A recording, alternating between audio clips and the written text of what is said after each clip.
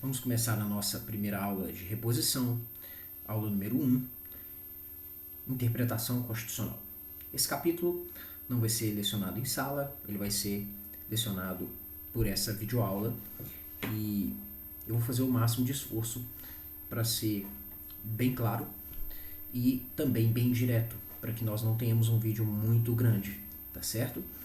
Bom, interpretação constitucional, eu quero disponibilizar para vocês aqui na frente agora o primeiro slide em relação ao que nós vamos estudar hoje.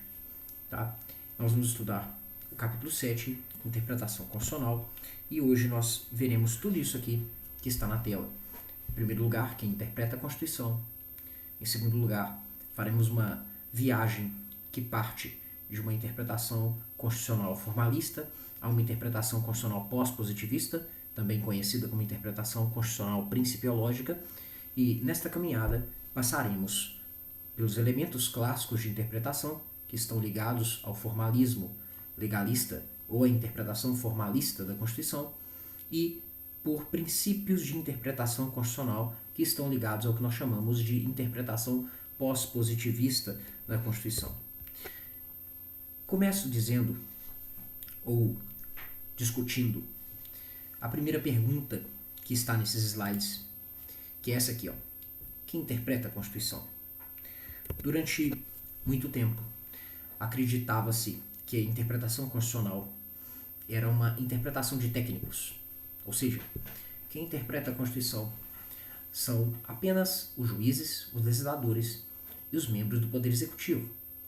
Porque eles são aqueles que estão autorizados a fazê-lo, principalmente os tribunais e os legisladores, porque eles dizem qual é o sentido, qual é o alcance das normas constitucionais. Quando nós analisamos a interpretação constitucional sobre essa ótica, nós tendemos a desautorizar ou a tornar menos importante a interpretação que é feita diariamente por mim, por você e por todos aqueles que eventualmente não estão a aplicar o direito naquele momento ou estão simplesmente a exercer um direito. Durante muito tempo, volto a dizer, a interpretação dos aplicadores era vista como algo mais autorizado. E por isso, muitos disseram, com base nessa visão, que aquela interpretação seria uma interpretação autêntica. A interpretação dos tribunais, dos legisladores, dos membros do executivo seria uma interpretação autêntica, contrapondo essa interpretação a uma interpretação dos leigos ou do cidadão comum, que seria uma interpretação inautêntica. O ponto, neste aspecto em particular, é que nada há de inautêntica na interpretação promovida pelo cidadão comum. Dois autores brasileiros, Daniel Sarmento e Cláudio Souza Neto, dizem com maestria, no meu modo de ver, que a Constituição não é uma norma apenas para técnicos. Talvez o Código Tributário seja, talvez o Código Penal também o seja. Em alguma medida o Código Civil também o é. Mas a Constituição não é uma norma só para técnicos, a Constituição é uma norma para o cidadão. A Constituição é a norma fundamental do Estado e, como tal, ela é interpretada diariamente, não só por técnicos, não só por aplicadores do direito. Quando eu exerço o meu direito à liberdade de expressão, eu estou a interpretar a Constituição. Se eu, por exemplo, me manifesto favoravelmente ou contrariamente a um determinado governante, com faixas, com camisetas, ou, eventualmente, com alguma coreografia, eu estou a exercer a liberdade de expressão. Ou, mais do que isso, eu estou a dizer que aquela forma de expressão está amparada pelo meu direito. Veja, no momento em que eu exerço a minha liberdade de expressão, no momento em que eu pratico aquela conduta, eu estou necessariamente interpretando a Constituição, atribuindo sentido à Constituição. Certamente que algumas condutas serão um pouco problemáticas, gerarão questionamentos. Esses questionamentos podem eventualmente se transformar em ações. E o meu ponto é, quando essas ações chegarem aos tribunais, nós teremos pelo menos duas versões.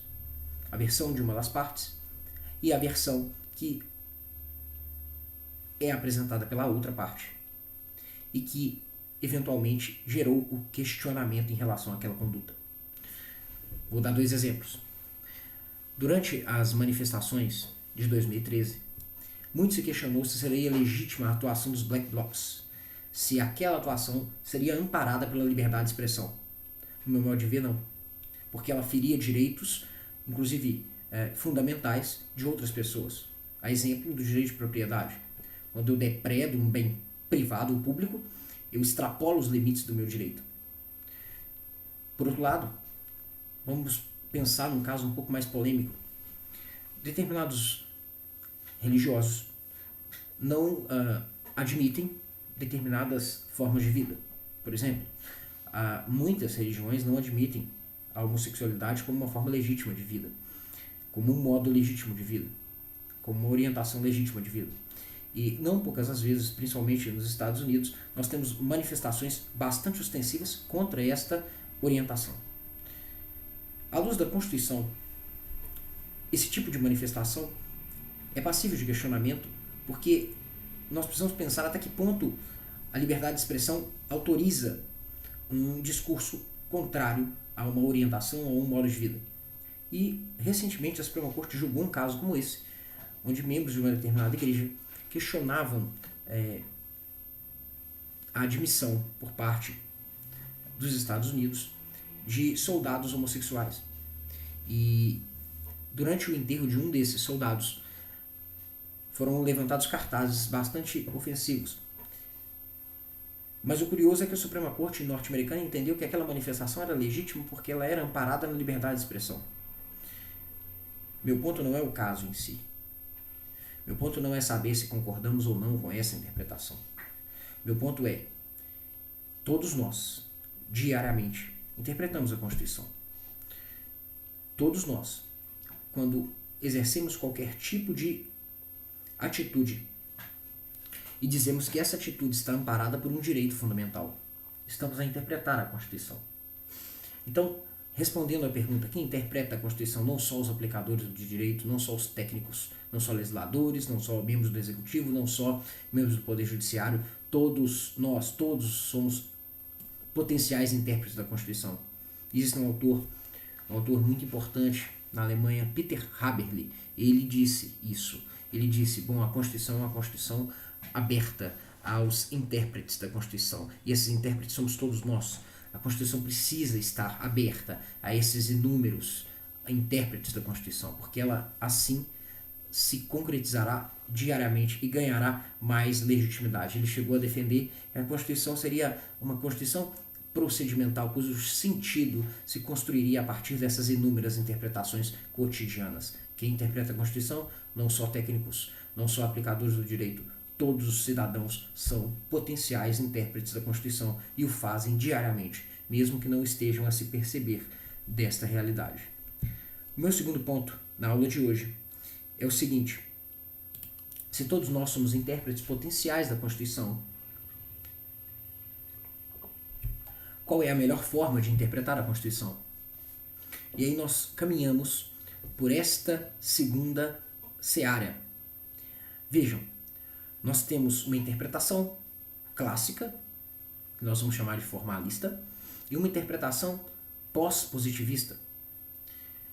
Essa interpretação clássica é a interpretação que é estudada nos mais diversos ramos do direito, de forma mais tradicional. Ela é uma interpretação pautada em métodos. E são os métodos clássicos que nós estudamos, por exemplo, na introdução ao estudo do direito. Método gramatical ou literal, também chamado de filológico, método histórico, método sistemático e alguns vão dizer método lógico, outros vão defender uma interpretação evolutiva, mas sempre metodológica, ok? Uns vão interpretar a Constituição, por exemplo, dizendo que a Constituição deve buscar os fins mais legítimos, aí nós teremos uma interpretação teleológica, enfim. O fato é, o ponto da visão clássica da interpretação é que a interpretação será correta se ela utilizar o método correto. Como se o método não fosse já uma antecipação de sentido, como se o método fosse neutro. Então, dentro dessa interpretação clássica da Constituição, ou dentro do formalismo legalista, que vai influenciar, no primeiro momento, a interpretação da Constituição, nós estudaremos algumas técnicas interpretativas. Veja, o que eu estou a dizer é que, tradicionalmente, a interpretação sempre foi estudada a partir dos métodos clássicos e que não foi diferente na teoria da Constituição. O que se fazia no direito civil foi simplesmente incorporado como forma de interpretação da Constituição. Então, o primeiro método que se utilizava para interpretar a lei era o método mais clássico de todos, o método literal ou gramatical, que diz que o intérprete devia se prender aos limites do texto. O intérprete devia buscar a literalidade do texto. Esse é um método claramente tradicional, é um método tradicionalmente conservador, porque é um método que se prende a um suposto sentido único do texto, quando nós sabemos que, no fundo, o texto ele não tem um único sentido, porque, na verdade, a norma não é idêntica ao texto, a norma é o sentido que se extrai do texto, e esse sentido varia de acordo com o contexto de aplicação.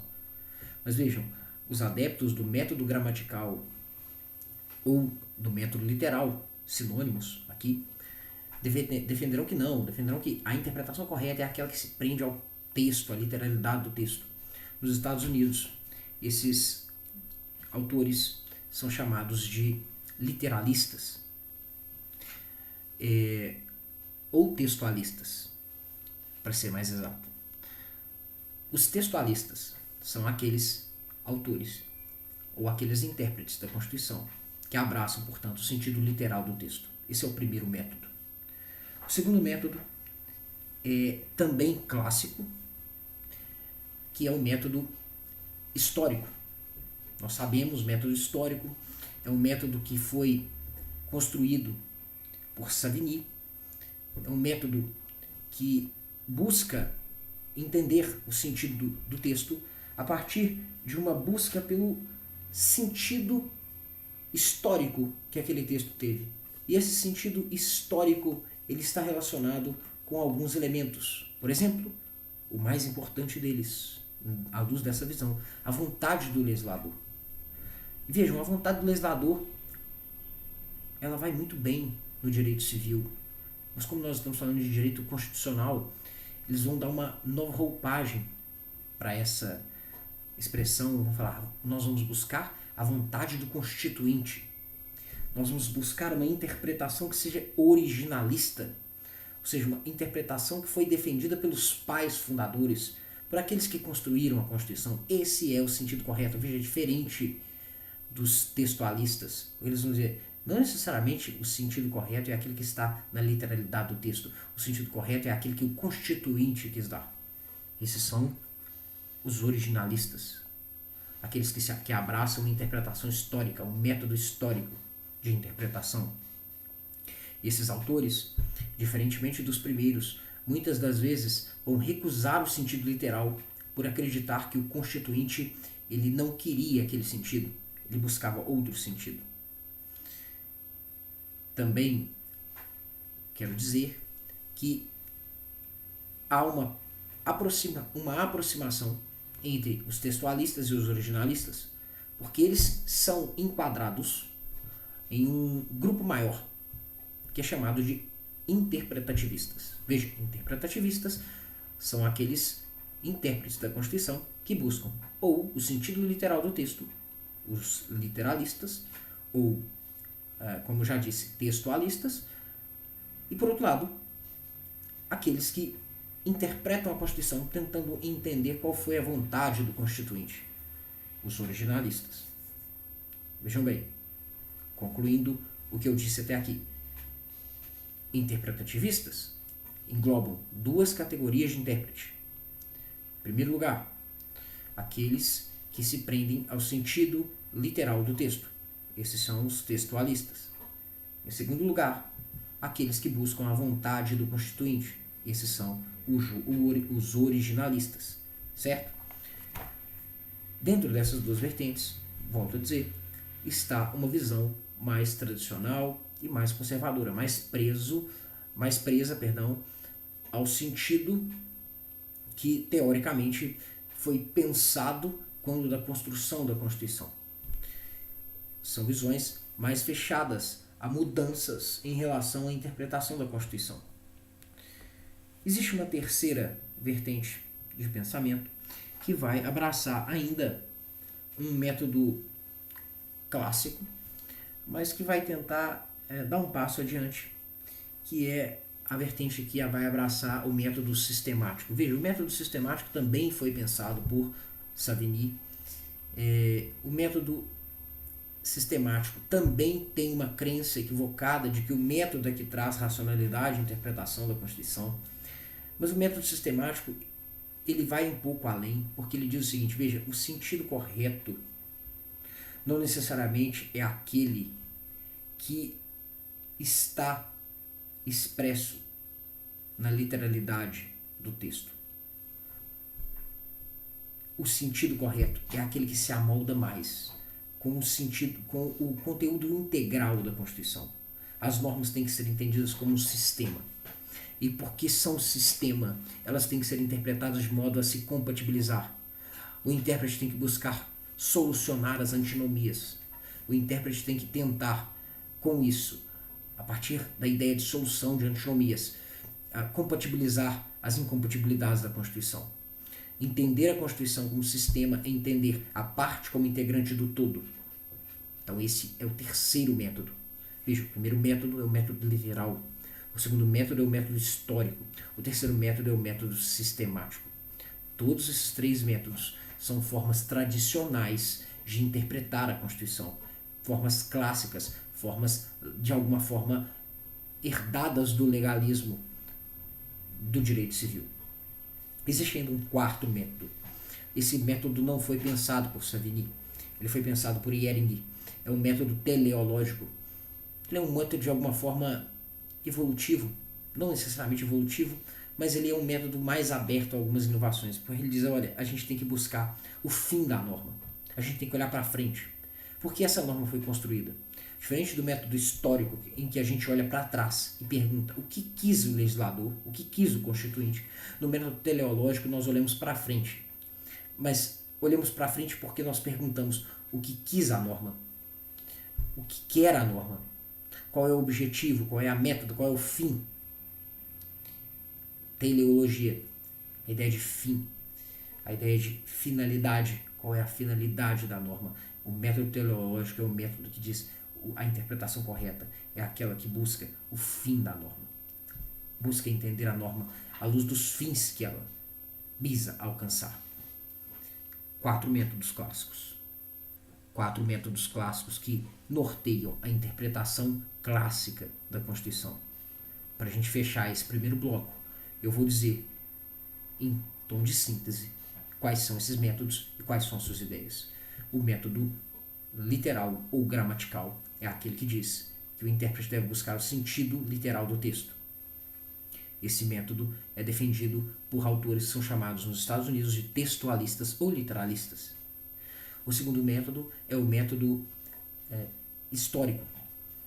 O método histórico, por sua vez, é o método que busca entender a Constituição à luz de uma suposta vontade do Constituinte. O que quis o Constituinte quando criou a Constituição? Veja, é um método que olha para trás. É um método que busca o sentido originário da Constituição. Daí os seus adeptos sejam chamados de originalistas.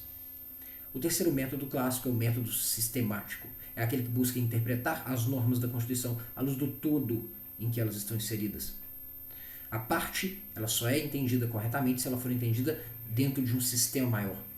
É aquela interpretação que busca compatibilizar as incompatibilidades da Constituição. Por fim, o método teleológico, o método que busca interpretar a Constituição à luz das finalidades que a norma pretende alcançar.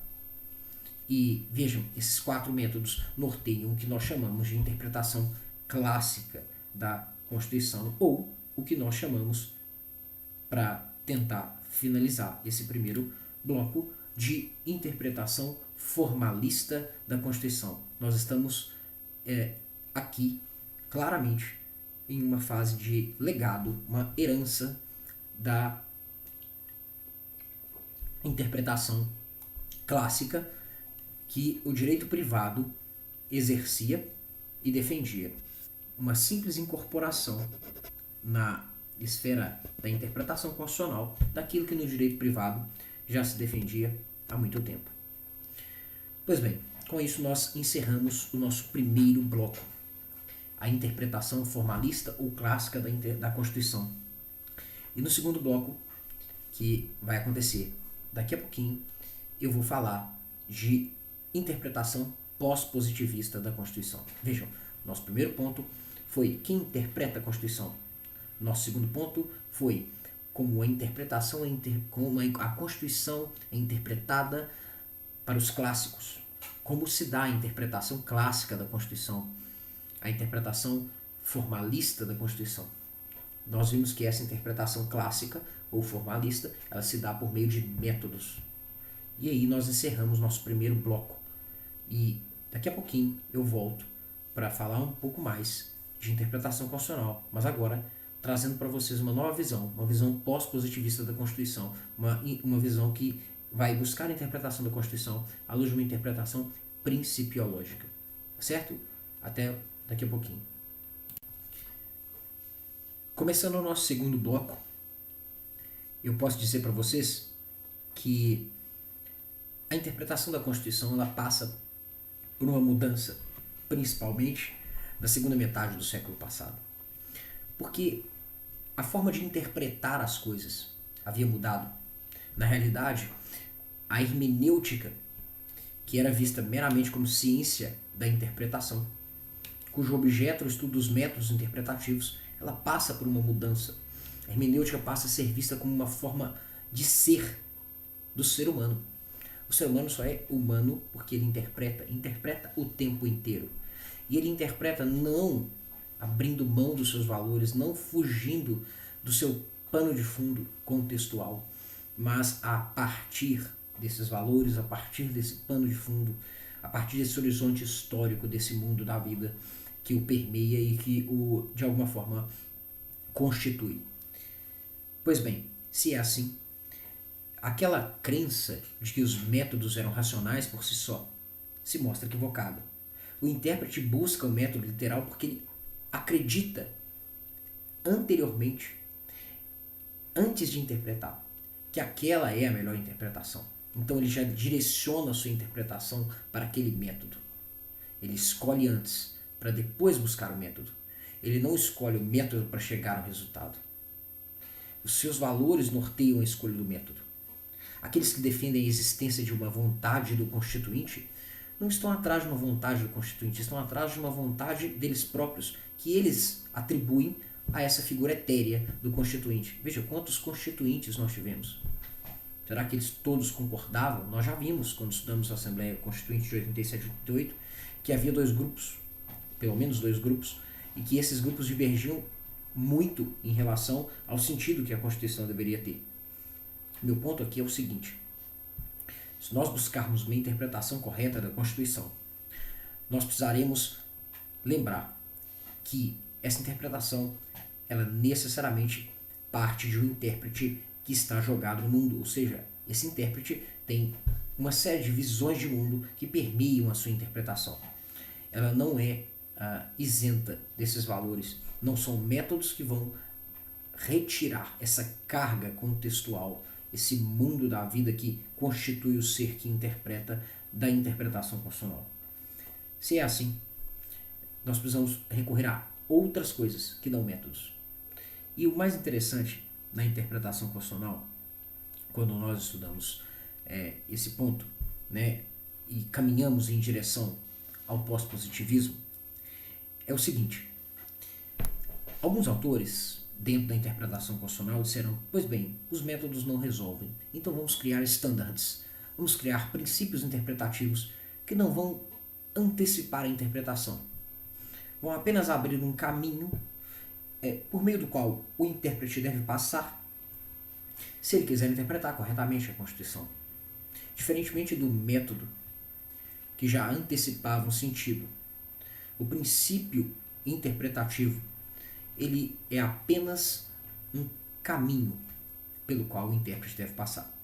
E o principal autor aqui, ou dois dos principais autores aqui, que eu vou destacar, são Conrad Hess e Robert Alexy. Dois de inúmeros outros autores que eu poderia citar. Vou citar dois, Conrad Hess e Robert Alexy. Não porque eles foram, ou não porque são os maiores autores dentro dessa temática, mas apenas e tão somente porque eu vou defender visões que são próprias a esses dois pensadores. Vou começar por princípios interpretativos defendido por Conrad Hess. Então vejam, nesse ponto nós estamos discutindo a interpretação pós-positivista da Constituição. Por interpretação pós-positivista, eu estou a dizer que interpretação pós-positivista é aquela norteada por princípios, não princípios da Constituição, mas estándares interpretativos da Constituição. Não estou dizendo, por exemplo, do princípio da livre iniciativa, eu não estou me referindo ao princípio da igualdade, que são princípios constitucionais. Eu estou a me referir a princípios de interpretação, ok? E esses princípios de interpretação, eles são o que nós chamaremos de elementos pós-positivistas de interpretação. E nós então entramos nesse segundo ponto do ponto 2, a interpretação da Constituição, alguns apontamentos sobre as discussões atuais.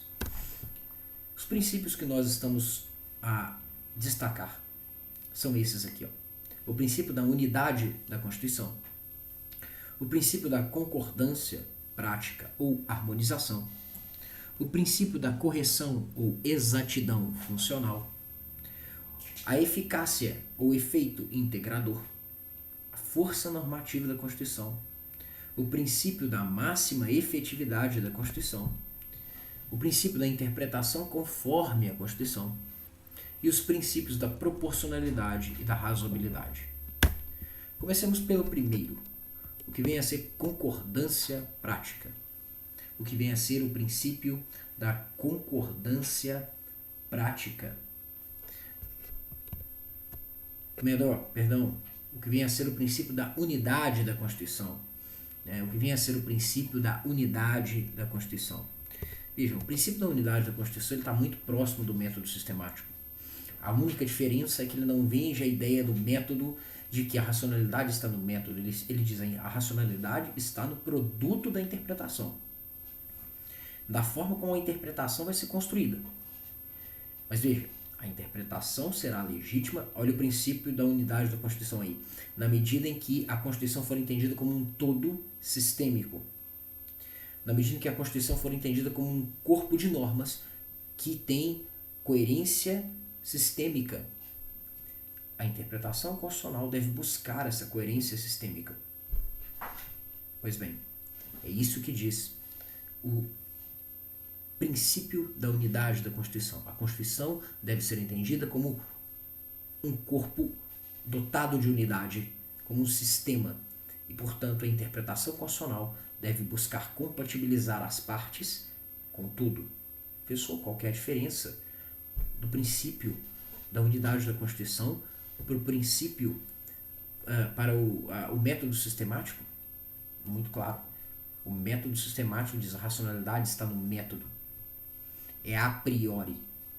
Basta aplicar o método para que você tenha uma interpretação sistemática. O intérprete é apenas um coadjuvante. Na interpretação principiológica, não. O intérprete deve buscar a construção de uma interpretação que privilegie a visão sistêmica, a unidade da Constituição. Ela só será correta se essa interpretação construída argumentativamente se mostrar ao fim e ao cabo digna da busca do intérprete, a busca por unidade. Certo? Então, nós sempre teremos que avaliar a interpretação que foi construída a partir do princípio para aferir se ela é racional ou não. É diferente do método. No método, bastava aplicar o método. Então, o primeiro princípio, visto o princípio da unidade da Constituição. O segundo princípio, o princípio da concordância prática ou harmonização. O princípio da concordância prática é um princípio que está muito aliado ao princípio da unidade, porque ele diz o seguinte: por vezes nós teremos interpretações que são contraditórias. Muitas das vezes nós teremos princípios que aparentemente entrarão em rota de colisão ou em rota de concorrência. Se é assim, nós precisamos buscar uma interpretação que compatibilize esses princípios. E aí é que entra o princípio da concordância prática. Nós precisamos buscar, na prática constitucional, uma interpretação que seja coerente, que dê vazão à maior efetividade possível da Constituição e que, nesta busca por maior efetividade possível da Constituição, compatibilize princípios que, a princípio, pareciam não ser compatíveis naquele caso.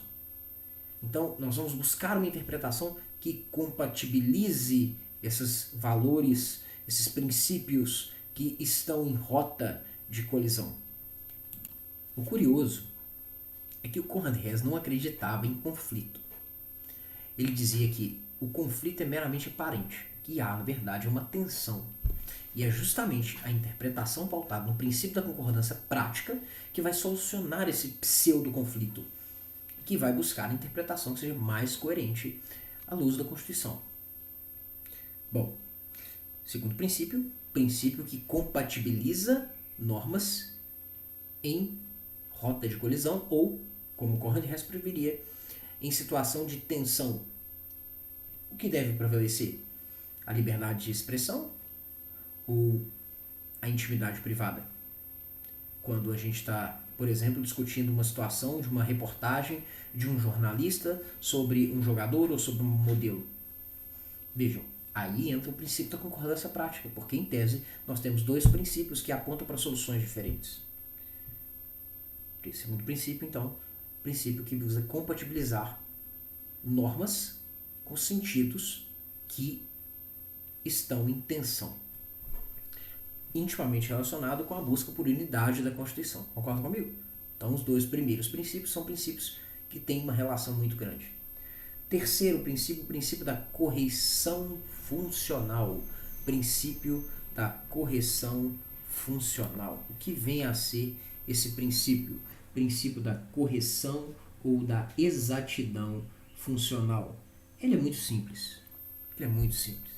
É um princípio que diz o seguinte: nós temos três funções estatais: a função executiva, a função legislativa e a função jurisdicional. A melhor interpretação constitucional, quando nós estamos a analisar uma situação de interação entre os poderes, é aquela que não foge às funções clássicas dessas três funções. É uma interpretação que não subverte a lógica de cada uma dessas funções. Então veja, classicamente, cabe ao legislador legislar, ao juiz julgar e ao membro do executivo aplicar as normas. Não aplicar no caso concreto, mas aplicar na execução da administração pública, por exemplo. Pois bem, o princípio da correção funcional é um princípio que visa a privilegiar essa leitura clássica dessas funções. Dito isso, nós percebemos que esse princípio tem a sua aplicação relacionada principalmente à ideia de separação dos poderes e a ideia de interação entre esses poderes. Terceiro princípio, princípio da correção funcional. É um princípio que diz que a melhor interpretação constitucional é aquela que não subverte as funções estatais, função legislativa, função executiva e função jurisdicional. Quarto princípio, princípio da eficácia integradora ou do efeito integrador. Esse princípio, ele é um princípio pensado para a interpretação da federação é um princípio que pensa no formato político do Estado. Ou, se nós quisermos ser mais técnicos, a forma de Estado adotada. Esse princípio diz, olha, nós precisamos interpretar a Constituição de uma forma que não contrarie a lógica por detrás da organização política desse Estado. Daí a ideia de efeito integrador, uma interpretação que busque integrar, uma interpretação que, em última instância, não subverta a lógica da organização do Estado, a forma de funcionamento do Estado, a forma de Estado adotada. Esse é o princípio do efeito integrador. Esse princípio também tem uma relação muito grande com aquele primeiro princípio da unidade da Constituição. Porque, vejam, ele também busca unidade, mas aqui ele está buscando unidade política. Certo? Então, o Conrad Hess está sempre pensando numa interpretação que harmonize as normas constitucionais em busca de coerência, em busca de coesão, fazendo uma busca naquilo que nós já vimos. O princípio da unidade é aquele que visa interpretar a Constituição como um sistema. O princípio da unidade da Constituição é aquele que quer interpretar as partes como integrantes de um todo e quer buscar sempre uma interpretação que seja coerente nesse sentido. O segundo princípio que nós estudamos é o princípio da concordância prática. O princípio da concordância prática é aquele que compatibiliza normas que, no caso concreto, aparentemente estão em rota de colisão. Como Conrad Hess preferia, estão em situação de tensão. Para tentar alcançar a unidade da Constituição, nós precisamos promover uma concordância prática. Na prática constitucional, nós precisamos buscar uma compatibilização das normas que, em tese, estão em rota de colisão. Princípio da correção funcional é aquele princípio que tenta entender a Constituição respeitando cada uma das funções estatais. Melhor interpretação é aquela que não subverte as funções estatais. Em quarto lugar, quarto princípio, eficácia integradora. Diz que tem a ver com a unidade política, a forma de Estado dotada. É aquela que busca a unidade da Constituição não apenas no sentido de compatibilizar suas normas entre si, mas no sentido de analisar as atribuições e competências de cada um dos entes federativos, por exemplo, dentro de uma federação, sempre com esta ideia de preservar a unidade da Constituição. Quinto princípio, princípio da força normativa da Constituição. Talvez esse seja um dos mais importantes princípios, porque é o princípio que vai se contrapor à ideia de que a Constituição seja uma simples folha de papel. Lembra do Fernando Lassalle? A Constituição é apenas o produto dos fatores reais de poder. Se a Constituição não for esse elemento sociológico, ela não vale de nada. Vai dizer Fernando Lassalle. O Conrad Hess, ele não concorda com isso. Ele diz, olha, o texto ele tem algo que, de alguma forma, tem a pretensão de mudar a realidade. É claro que a Constituição é a soma deste algo com a realidade. A Constituição não se interpreta fora da realidade. Mas o texto constitucional, ele pretende também mudar a realidade. A Constituição não é só a realidade, a Constituição é mais do que isso. Existe algo no texto que, de alguma forma, assegura à Constituição a pretensão de mudar a realidade. Esse algo é o que ele chama de força normativa, força cogente. A Constituição, ela não é só o produto da interação entre os fatores reais de poder, como diria Fernando Lassalle. A Constituição, ela é mais do que isso. A Constituição, ela não é apenas a realidade. A Constituição é uma norma que visa a adequar a realidade aos parâmetros normativos nela estabelecidos. Princípio da força normativa é aquele princípio que, portanto, sempre privilegiará a maior eficácia possível em relação ao texto da Constituição. É aquele princípio que vai, de alguma forma, direcionar o intérprete a privilegiar na maior força possível aquilo que a Constituição diz. É aquele princípio que vai dirigir o intérprete a buscar um sentido que faça da Constituição mais do que simplesmente um papel, um sentido que faça da Constituição algo vivo, aquele princípio que vai, em última instância, dirigir o intérprete a buscar sempre e sempre mais a maior força possível em relação às normas constitucionais, a buscar a maior efetividade possível em relação às normas constitucionais. E efetividade, lembre-se, é eficácia social, é aceitabilidade, é a vida prática da Constituição em relação aos seus destinatários, em relação aos intérpretes potenciais diários da Constituição, aos afetados pela Constituição. Esse é o princípio da força normativa, um princípio que norteia o intérprete a buscar o sentido que melhor concretize a Constituição no dia a dia da sua aplicação. Quinto princípio, princípio da interpretação conforme a Constituição. Gente, o princípio da interpretação conforme a Constituição é um princípio interessante, porque ele não é um princípio de interpretação da Constituição necessariamente. Ele é um princípio que interpreta, ou que, norteia a interpretação das normas infraconstitucionais. E ele diz o seguinte: as normas infraconstitucionais têm que ser lidas à luz da Constituição.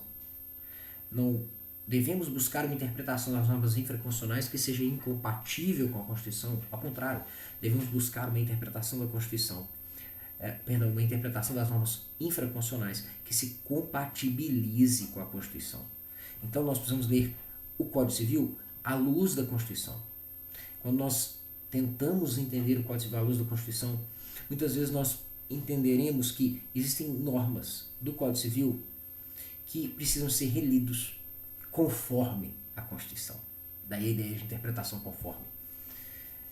Tem um artigo no Código Civil, salvo melhor juízo, é o 1723. Vamos conferir? Vamos lá, só um minutinho.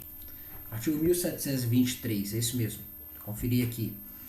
Ele diz assim: é reconhecida, vou ler aqui para vocês, é reconhecida como entidade familiar a união estável entre o homem e a mulher, configurada na convivência pública contínua e duradoura, estabelecida com o objetivo de constituição de família.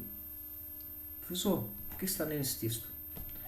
Por uma razão muito simples. Esse texto passou por uma interpretação conforme a Constituição, para dizer que a família não é apenas aquela que está ali na literalidade do 1723. Entidade familiar formada entre o homem e a mulher. Nós sabemos que na ADPF 132 o Supremo reconheceu a constitucionalidade de outras formas de família e, portanto, promoveram uma interpretação desse artigo do Código Civil conforme a Constituição. Então vejam, interpretação conforme, dei um exemplo bem emblemático para você entender, é a interpretação que busca extrair o sentido da norma infraconstitucional que seja compatível com a norma constitucional.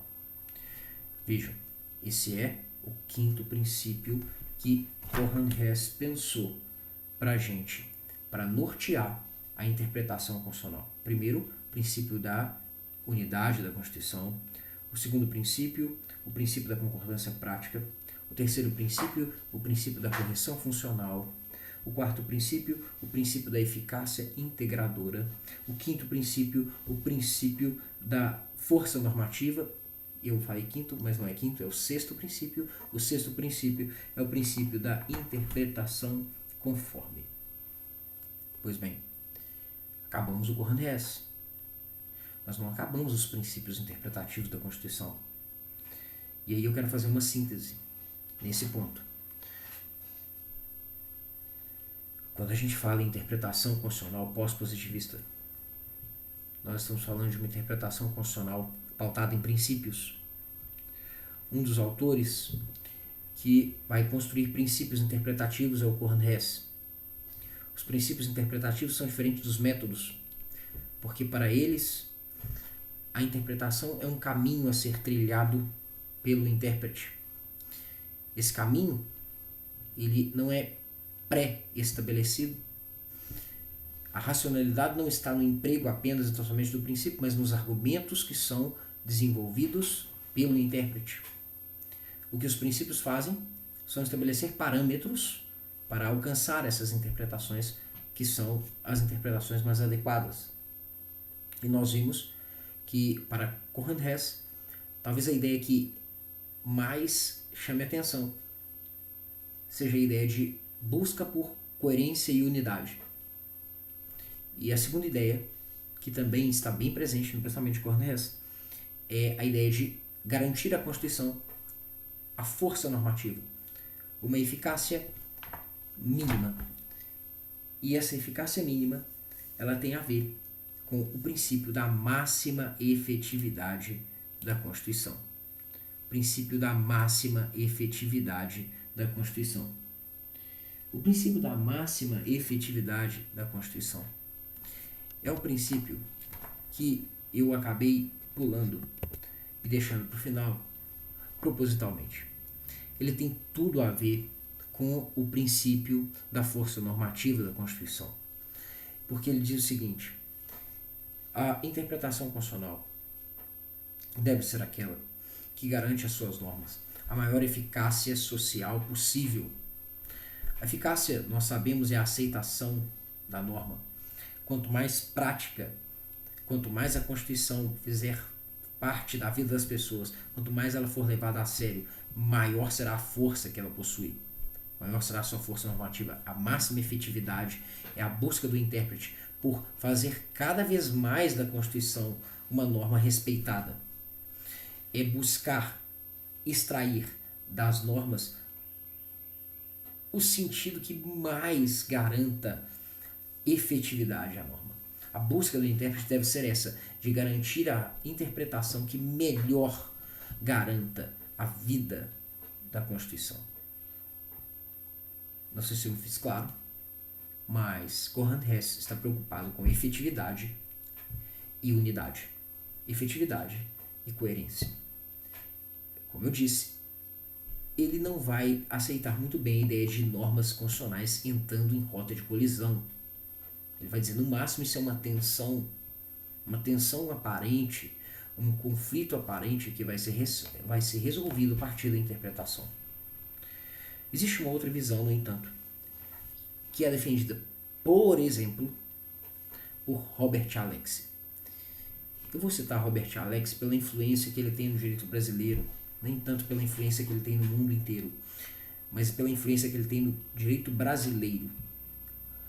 Muitos autores que defendem uma visão de que as normas entram em colisão, e essa é a visão majoritária no Brasil e no mundo, pelo menos no Brasil, durante muito tempo, seguiram a risca que dizia Robert Alex.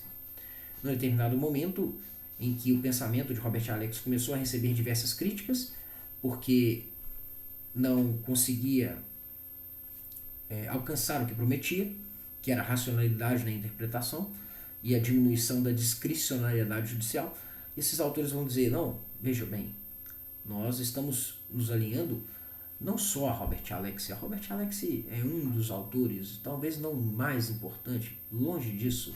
São inúmeros os autores que vão defender que as normas constitucionais estão em rota de colisão. E aí nós temos inúmeros pensadores, principalmente na Alemanha, que vão se alimentar dessa ideia e que vão influenciar o pensamento brasileiro. Mas eu vou ficar com Robert Alex, porque ele é o mais conhecido deles. E nesse ponto eu quero trabalhar dois princípios. Um deles não foi criado por Robert Alex, foi construído na Alemanha inicialmente no século XVIII, depois século XIX, depois levado para o direito constitucional, que é o princípio da proporcionalidade. O princípio da proporcionalidade é um princípio pensado para diminuir a discricionariedade judicial. Então é um princípio pensado para racionalizar a interpretação constitucional. Um princípio para diminuir a liberdade ilimitada do intérprete na hora de definir o sentido da Constituição. E esse princípio ele é construído a partir de duas visões. Uma visão pré-ordenada e uma visão pós-ordenada, vamos dizer assim.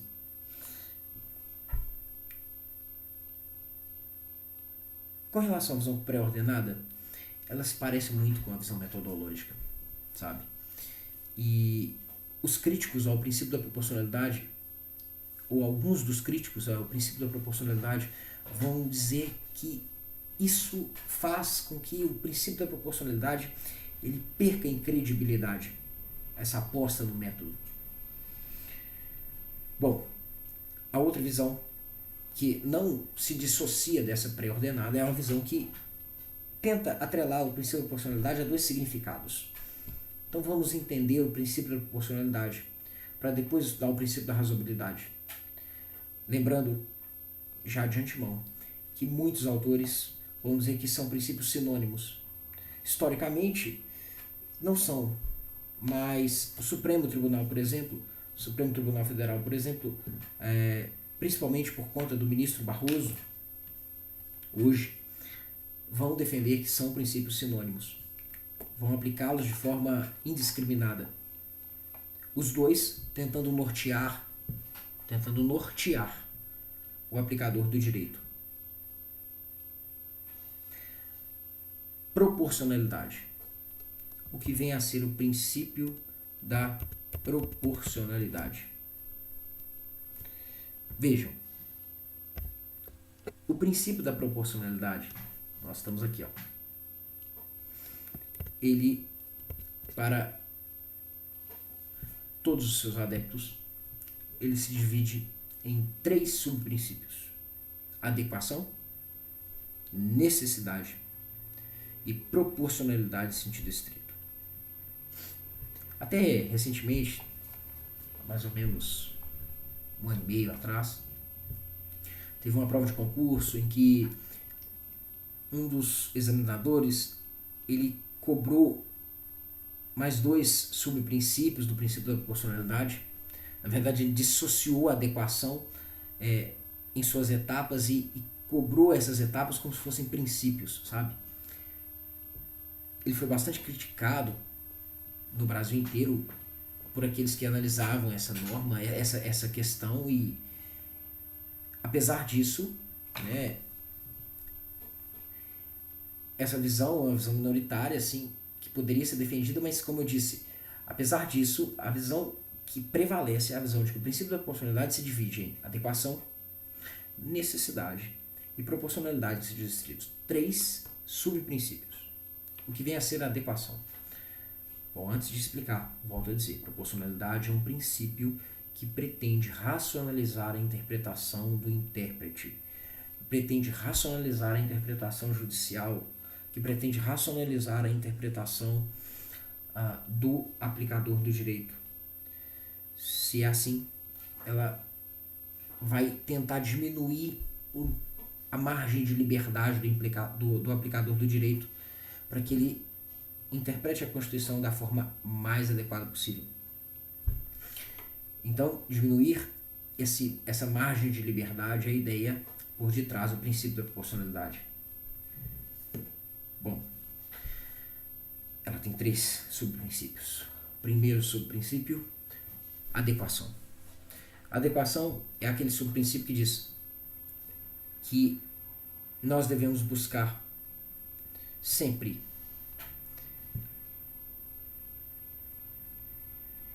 a norma que seja idônea a alcançar um fim. O sentido adequado nesse primeiro momento, à luz do princípio da adequação, é o sentido adequado a atingir o fim que o legislador almejou. Veja, a adequação é a primeira etapa da interpretação. É como se nós estivéssemos numa escada. Você só passa para o segundo passo, o segundo degrau, se você responder sim ao primeiro degrau. Então, a adequação é esse primeiro degrau. E o primeiro degrau diz, bom, a interpretação deve buscar sempre alcançar o sentido adequado. E o sentido adequado, ele é pensado sempre em relação a meios e fins. Veja, o meio escolhido pelo legislador é adequado para o fim que ele pretende alcançar? É idôneo? Vou dar um exemplo. Um exemplo que eu vou copiar de um colega meu, Leonardo Ferraz, que escreveu um livro chamado Princípio da Proporcionalidade, muito bom. Ele diz o seguinte, no exemplo: se nós estivéssemos numa tribo indígena e essa tribo indígena estivesse do lado direito de um rio e do outro lado, na outra margem do rio, nós tivéssemos um hospital. E o fato é que a filha de um dos índios dessa tribo fica doente e o índio chega ao líder da tribo e diz, veja, eu preciso transpor o rio para levar a minha filha ao hospital. Então, eu me disponho a transpor o rio a nado, porque eu sou um exímio nadador e certamente eu chegarei ao outro lado. Se nós estivéssemos analisando essa proposta, se ela fosse uma lei que diz todo índio deve transpor o rio a nado, eu teria que perguntar, bom, essa lei é constitucional? Ela é proporcional? E para responder essa pergunta, primeiro eu precisaria passar pelo primeiro degrau, o degrau da proporcionalidade. E o primeiro degrau da proporcionalidade, ele diz, bom, o meio escolhido é adequado para chegar ao fim, para atingir o fim pensado pelo legislador? E pensando dessa forma, nós chegaríamos à conclusão de que sim. Bom, o índio é um exímio nadador, ele quer transpor o rio a nado, então o meio transpor o rio a nado é adequado para chegar ao outro lado. Ok, o meio é adequado, mas a interpretação ainda não se encerrou. Não é possível dizer que a norma é constitucional ainda. Nós precisamos passar ao segundo degrau da interpretação constitucional. E o segundo degrau é o degrau que diz, pois bem, o meio escolhido é adequado, mas será que ele é o meio menos gravoso? O meio menos gravoso é aquele que nós chamamos de meio necessário. O princípio da adequação é o primeiro princípio, subprincípio da proporcionalidade. O princípio da necessidade é o segundo subprincípio da proporcionalidade. Ele diz, olha, nós precisamos buscar a interpretação que se paute nos meios menos gravosos. Nesse ponto, existem inúmeros questionamentos, inúmeras ponderações que precisam ser feitas. E eu convido vocês a abrir a apostila de vocês na página 69 e acompanhar a leitura de um trechinho para que eu possa explicar com um pouquinho mais de profundidade o subprincípio da necessidade. Por meio dessa máxima, ou desse subprincípio, o intérprete do direito analisa se o meio escolhido pelo legislador é o meio menos gravoso para atingir o fim esperado. Também é analisado o grau de eficiência da medida escolhida. Trata-se de uma análise positiva, porque você faz comparações entre os meios escolhidos. Então veja, te dando um exemplo. Se nós estivéssemos analisando uma legislação que dissesse, olha, todo botijão de gás, antes de ser levado às casas, tem que ser testado nos caminhões, para ver se ele está vazando, por exemplo.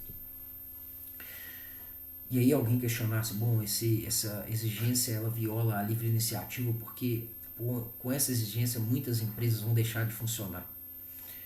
Então você poderia dizer, bom, aferir se há vazamento no caminhão é adequado para atingir o fim, né? Evitar explosões nos prédios? Sim, é adequado. Mas é o meio menos gravoso? É o meio mais eficaz? É o meio que traz menos prejuízo?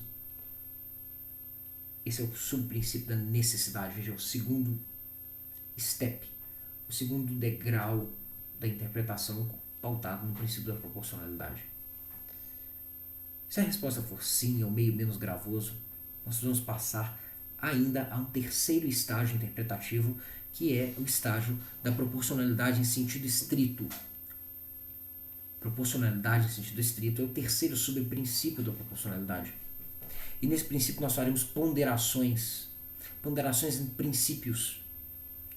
E essas ponderações, elas é que definirão, e no fim das contas, se a norma é ou não proporcional, se ela é ou não constitucional. Na ponderação, eu vou analisar se os princípios que estão em jogo, eles de alguma forma se justificam. Qual é o princípio que tem o maior peso naquele caso concreto? E para definir isso, eu vou ter que definir qual é o princípio que tem mais intensidade para a resolução daquele caso. A proporcionalidade, em sentido estrito, é a terceira fase da proporcionalidade princípio, ok? Vejam, proporcionalidade, o princípio da proporcionalidade, ele tem 3 subprincípios: adequação, necessidade e proporcionalidade em sentido estrito.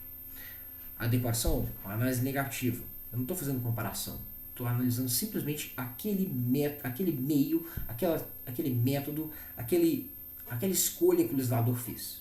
Ela é adequada para atingir o fim? Se a resposta for sim, eu passo ao segundo passo. O passo seguinte é o princípio da necessidade. Bom, o meio escolhido pelo legislador é o adequado, mas ele é o menos gravoso, ele traz menos prejuízo, ele é o princípio, ele é o meio mais eficaz? Se eu disser sim, eu passo à terceira análise, a análise da proporcionalidade em sentido estrito. Essa proporcionalidade em sentido estrito é uma proporcionalidade, é uma fase em que nós faremos uma ponderação, um sopesamento entre princípios, é uma análise de custo e benefício. Nós vamos analisar o nível de satisfação de um princípio em relação ao outro, naquele caso concreto. Então, para dar um exemplo para vocês, eu penso no caso da Boate Kiss. Suponhamos que o legislador criasse uma lei que dissesse, bom, agora toda e qualquer boate, para ser liberada, vai precisar necessariamente ter 3 portas de acesso para facilitar a evacuação e eventual caso de emergência. A porta dianteira e 2 portas laterais. Suponhamos que os donos de boate questionem a constitucionalidade dessa lei porque ela, teoricamente, viola o princípio da livre iniciativa. Porque eles vão dizer, olha, meu bem, ele está cravado, está entre 2 prédios, eu não tenho condição de construir portas laterais. Se eu fizer, o espaço vai diminuir demais. Isso viola a livre iniciativa. Essa norma viola a livre concorrência. Essa norma privilegia os donos de estabelecimentos maiores, que têm a possibilidade, eventualmente, de construir esse tipo de estabelecimento. Mas outros dirão, não, vejam, essa lei é constitucional, ela visa a privilegiar a segurança das pessoas, ela visa privilegiar o direito à saúde das pessoas, a integridade física das pessoas, ela visa privilegiar a dignidade da pessoa humana. Ela não viola a livre iniciativa. Mas o fato é, nós estaremos diante de uma situação que gera tensão entre os princípios. Nesse caso, nós precisamos, para resolver o problema, para aqueles que acreditam no princípio da proporcionalidade, nós precisamos passar a interpretação por 3 fases. Primeiro, adequação. A lei, ela diz, o estabelecimento tem que ter 3 portas de saída, para 2 laterais e uma dianteira. A pergunta é, esse meio é adequado para atingir o fim? Qual é o fim? O fim é reduzir o risco, a integridade física das pessoas, né, em caso de acidentes. Bom, ele é adequado, sim, ele é adequado para atingir o fim. A norma é proporcional? Ainda não dá para dizer. Segundo passo, segundo step, segundo degrau, princípio da necessidade. O meio escolhido pelo legislador é o meio menos gravoso? Aí nós teremos que fazer comparações. Alguns dirão, não. Será que não é melhor construir uma saída pelo subsolo, nossa, mas seria muito complicado, né? Eu acho que o custo seria muito maior. Será que nós não podemos construir janelas e eventualmente em caso de acidentes ou em caso de incêndios, como foi o da Boate Kiss, nós poderíamos expeli-las como nós fazemos nos ônibus? Veja, também complicado. Parece mesmo que o meio escolhido pelo legislador comparativamente é o meio menos gravoso. É o meio que traz menos prejuízo. É o meio que, de alguma forma, parece se compatibilizar mais com o fim que ele almejou. A norma é proporcional? Não dá para dizer. Nós precisamos passar para o terceiro estágio interpretativo. E o terceiro estágio interpretativo é a fase da ponderação de princípios, é a fase da proporcionalidade em sentido estrito, é a fase do sopesamento. E nessa fase nós temos 3 etapas. 3 etapas.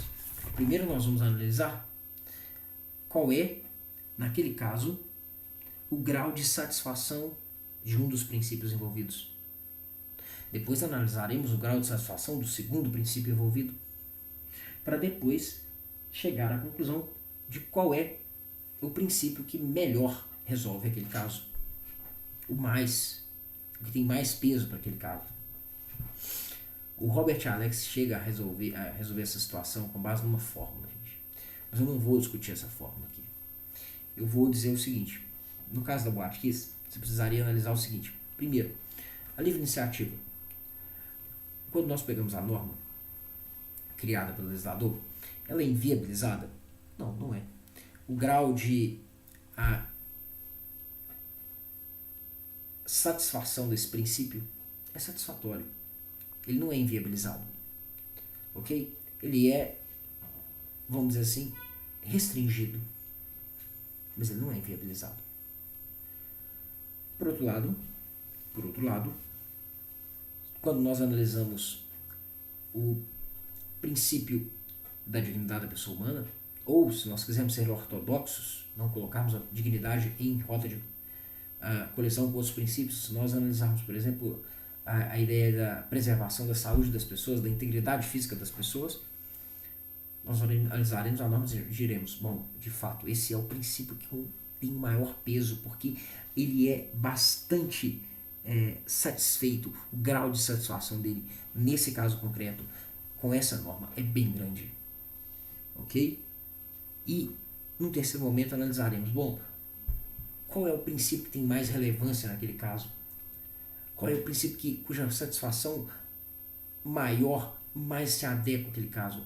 E aí nós tendemos a dizer que, bom, o princípio mais pesado nesse caso é o princípio que preserva a integridade física das pessoas. Então, vejam, nós passamos do terceiro estágio e chegamos à conclusão de que, naquele caso concreto, o princípio da liberdade de iniciativa, ele deve ceder em relação ao princípio da integridade física das pessoas, que justifica a norma. Então a norma é proporcional, ela é constitucional.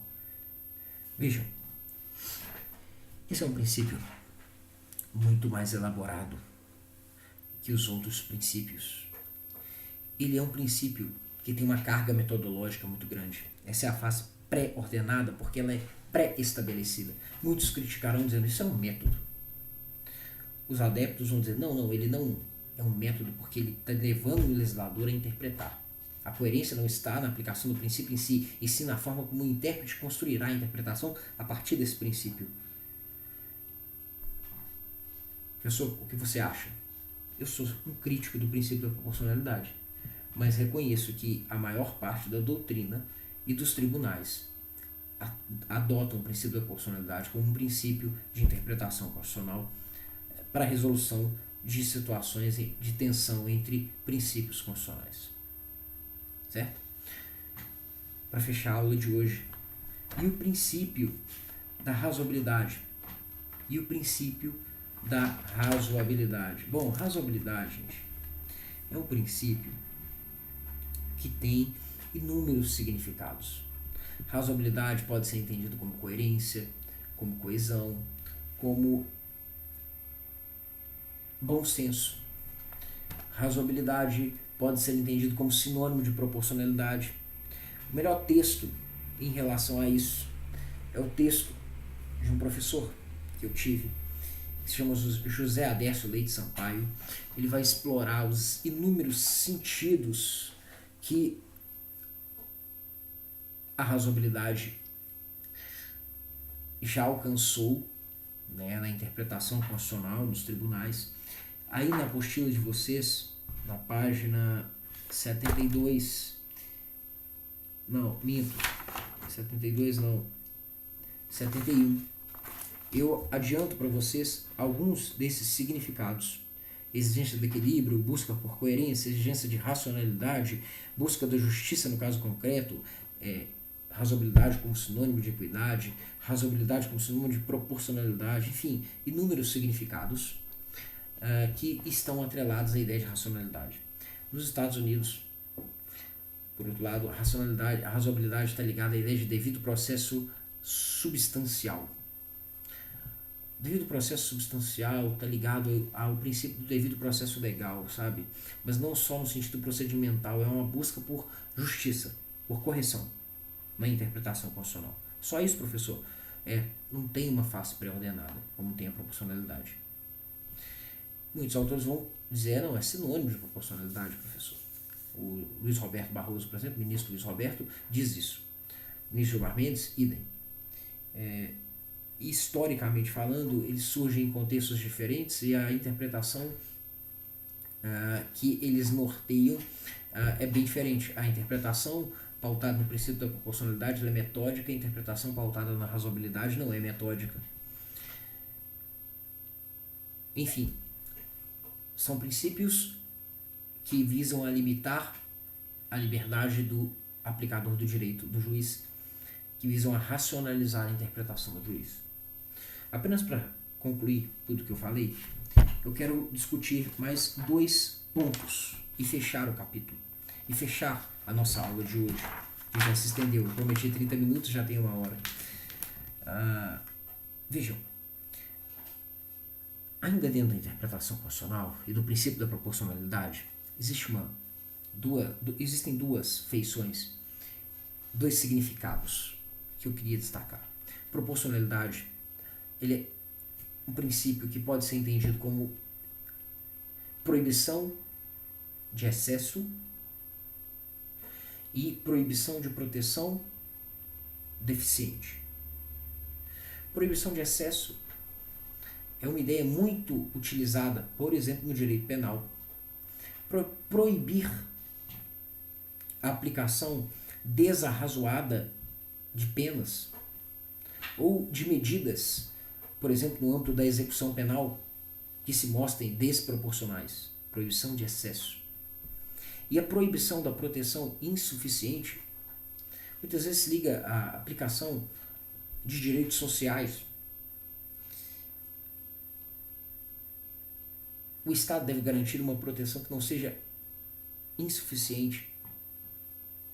A ideia de proporcionalidade para medir a correção de algumas normas que regulamentam os direitos sociais. Por exemplo, para ficar em 2 exemplos aí. Então, proporcionalidade, ela tem uma face pré-ordenada, adequação, necessidade, proporcionalidade, sentido estrito, e uma face que não é metódica, não é pré-ordenada, é pós-ordenada, porque o sentido vai ser extraído a partir da interpretação, que são as ideias de proibição de excesso e proibição de proteção insuficiente. 2 faces da mesma moeda. Evitar o excesso e evitar a proteção insuficiente, em última instância, são tentativas de garantir uma interpretação que seja racional, que seja, em última instância, coerente e que seja, em última instância, razoável. Para finalizar, eu queria destacar que existem autores que hoje vão defender uma postura um pouco mais tímida da interpretação, porque vão entender que a interpretação principiológica levou o intérprete longe demais. Que, ao invés de reduzir a discricionalidade, aumentaram a liberdade do intérprete. E, por conta disso, vão ser críticos desta visão. Por exemplo, de que o juiz pode tudo. Uma dessas vertentes vai defender um retorno ao formalismo. E essa vertente, ela é uma vertente que vai dizer: é preciso que nós consideremos a capacidade institucional de cada um dos órgãos. Quem é o órgão mais técnico para tomar algumas decisões? O juiz, ele não tem tanta expertise assim para definir normas referentes à intervenção do Estado na economia, para definir quais são os melhores medicamentos a serem aplicados na área da saúde. Ele não tem a expertise para definir quais são as melhores políticas para combate da criminalidade no âmbito da segurança pública. Então, vão ser autores que vão defender uma postura mais autocontida da corte, dentro de uma ideia de virada institucional. Explorar uma interpretação que não desconsidere a capacidade institucional de cada um dos poderes, de cada um dos órgãos que aplicam o direito. Talvez o nome chave aqui seja o nome de Cass Sunstein e também o nome de Adrian Vermeulen, dois norte-americanos. Existe uma outra linha de pensamento, que é até mais antiga um pouco, que vai criticar o princípio da proporcionalidade, mas que não vai aderir a essa visão neo-institucional, para dizer o seguinte: olha, não tem como fugir da pretensão de uma resposta que seja a melhor possível. Veja, a virada institucional vai dizer: nós vamos buscar a resposta possível, mesmo que ela não seja a melhor.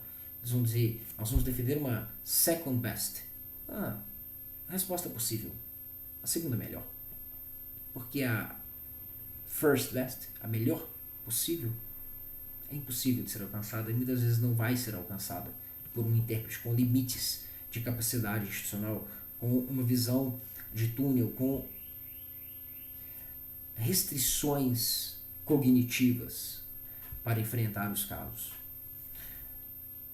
Essa é a visão da virada institucional. A outra visão, que é a visão que eu disse, que é até anterior a ela, vai dizer: não, nós precisamos buscar a first best, a melhor resposta correta, a melhor resposta possível, a resposta correta, mas essa resposta não deve ser buscada por meio de métodos. E essa resposta, mesmo que não seja alcançada naquele caso, mesmo que futuramente se mostre não sendo aquela resposta a melhor resposta, naquele momento foi a melhor resposta. É um debate extremamente complexo, é um debate extremamente atual e é um debate que, para aqueles que quiserem se aprofundar, depois nós vamos indicar para vocês algumas bibliografias, ok? Espero que vocês tenham gostado. Essa aula de hoje foi a aula de interpretação constitucional e a nossa próxima aula vai ser a aula sobre controle de constitucionalidade. Só adiantando, essa aula foi bastante longa. A aula de controle, eu acredito, vai ser um pouco menor, porque nós não vamos nos aprofundar nos procedimentos das ações do controle de constitucionalidade concentrado, por exemplo. Nós vamos estudar um pouquinho de história do controle constitucional, uma noção bem básica mesmo, estudar as classificações de controle e ver um pouquinho do controle de constitucionalidade na Constituição de 88, sem estudar os procedimentos, porque vocês estão no primeiro período e infelizmente não tiveram processo ainda, então seria despeciando, seria desnecessário nesse momento estudar os procedimentos. Tá certo? Vamos deixar para amanhã, já estou um pouco cansado, espero que vocês tenham gostado e até a próxima aula.